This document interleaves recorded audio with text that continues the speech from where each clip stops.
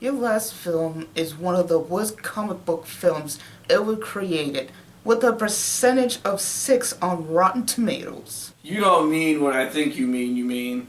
Yes. Son of the Mask. Meow!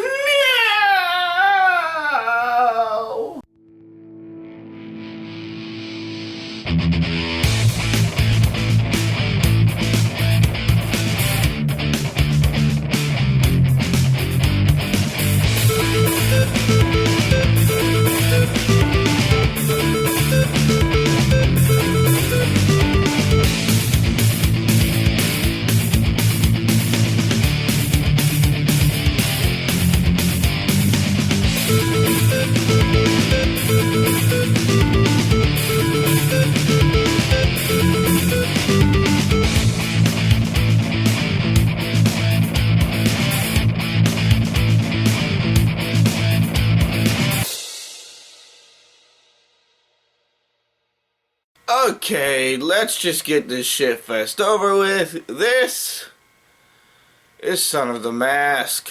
Our movie starts a decade after the first film in Edge City, where the doctor that Ipkiss goes to visit, played by Ben Stein, is giving a museum tour on Norse mythology and the mask itself. We watch as Loki, played by Alan Cumming, getting severely pissed off at the doctor's speech and terrorizing the museum. Loki finds out that the mask is fake, and the cartoony effects begin as Loki rips Ben Stein's face off and shoots finger bullets around the guards.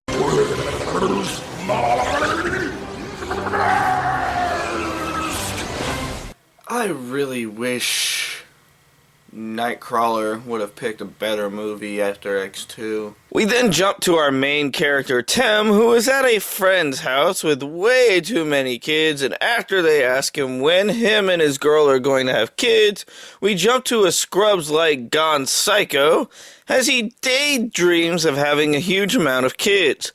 We get the typical couple argument where the woman wants a kid but the father could care less, but this version gets unfunny animal impressions.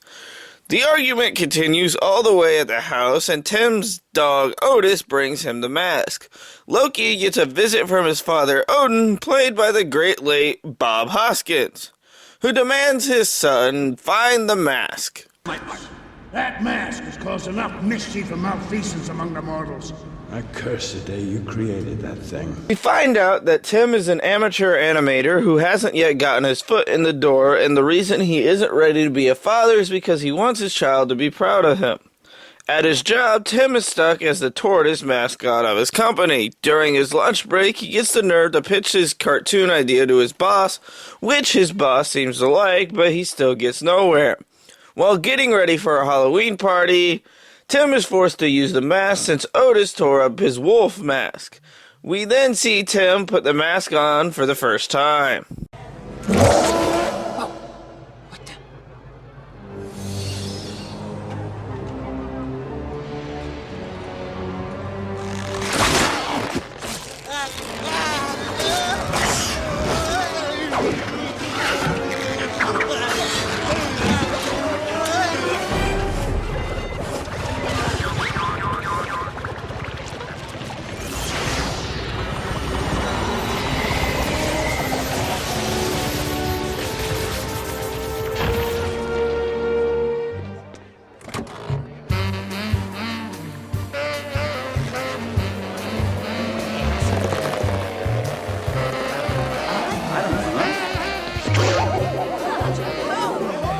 Hey, sir, can you just back up a little bit? You've become a bobblehead. We then get a string of family-friendly jokes, including mistaking the word ID for IV, sexualizing an ugly girl, and ripping off the rock song from the first film, but replacing it with a shitty rap, an Elvis impersonation, and country. After the party, our hero heads home to pork his wife.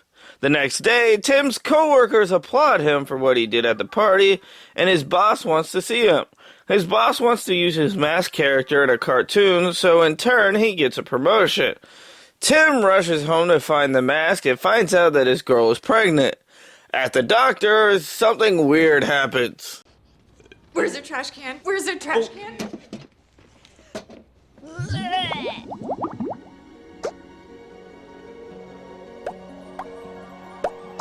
That's funny. I don't remember my wife's pregnancies ever doing that. Because they were fucking while he was wearing the mask. So you're telling me baby's gonna have superpowers? Yes. Great. I can see all the awesome hijinks that are going to ensue. We get a short montage of the 9-month pregnancy and all the weird things the baby does while still in the womb.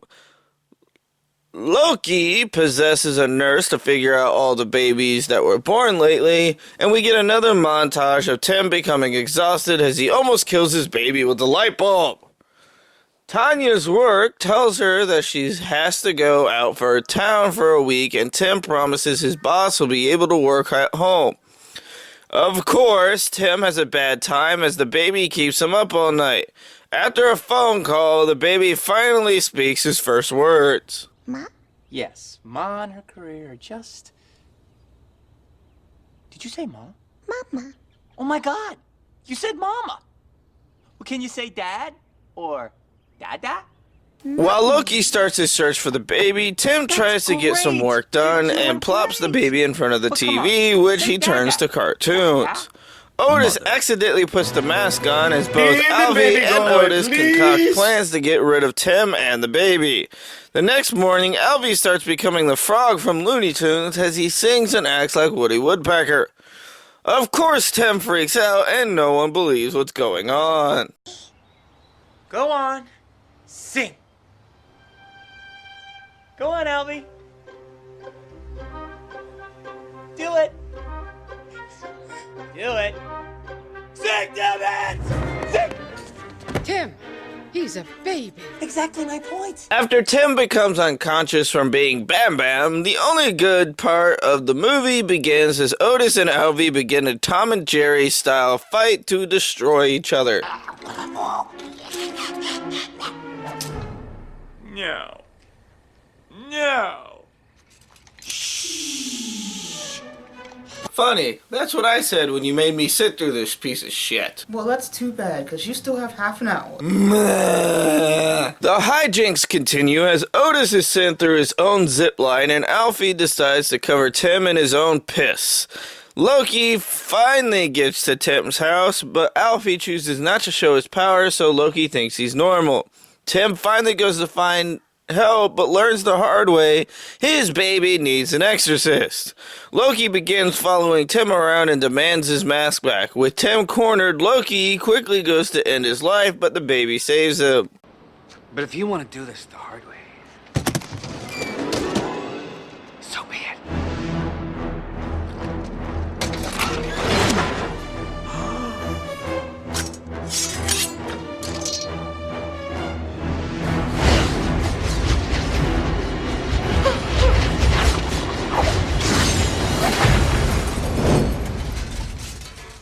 Odin takes over Tim and strips Loki of his immortality and powers due to his defiance. Tim goes speechless and insane at his show pitch, so in turn gets fired. Alfie finally shows some love for Tim as Otis puts the mask back on. Loki sneaks into the baby's room and performs a summoning spell to get Odin to give him his powers back. In turn, he tells Tim to find the mask and meet him. How about we meet in an alley in the city? There's a wick. Met at one before. Sure, it's a little cliche, but it's not like it's so cliche that I think to myself, wow, that's too cliche. But Meet me in that alley. Within the hour. With the mask. If you ever want to see your little monster again. No!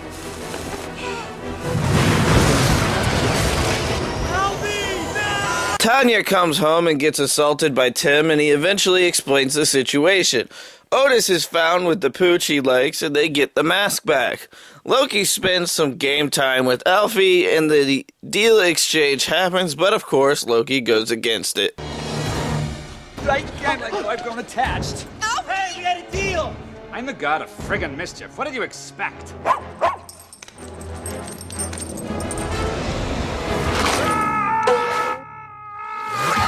They Tim gets the mask back on and a car chase begins and tears up the city. We then go into a so-called comedic battle between Tim and Loki involving bad pun after bad pun. The two sides let the baby decide, and it's not till Tim takes the mask off that Alfie chooses his father. This, of course, pisses off Loki, and he tries to hammer the family away. But good luck is with them when the timer for Loki's power runs out.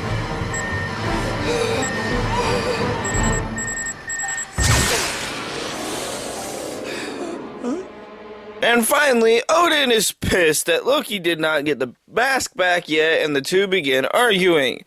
Tim steps in, saying that family is important and they need to reconcile, and he gives them the mask and the gods leave. Our movie ends with Tim pitching his idea to his boss, and it becomes a cartoon with an allude to another child.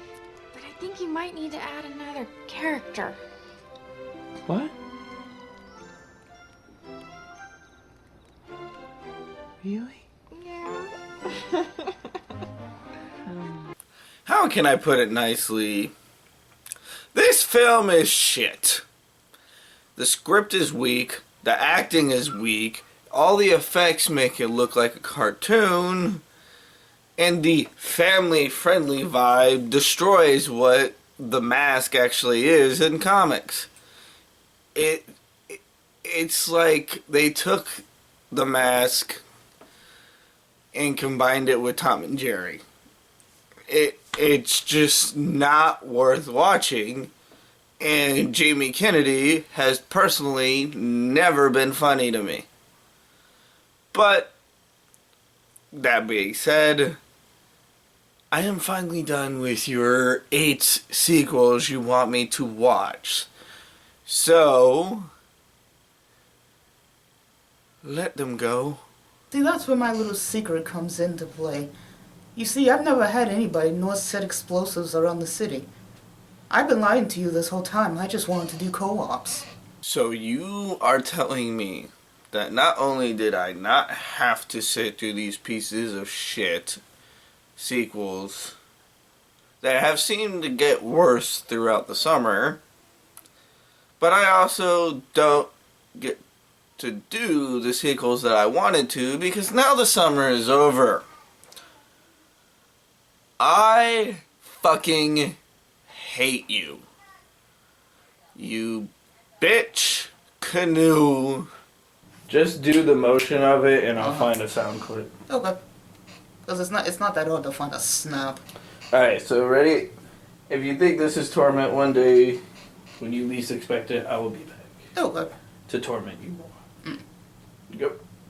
If you think this is bad, just wait. One day I'll come back and torture you more.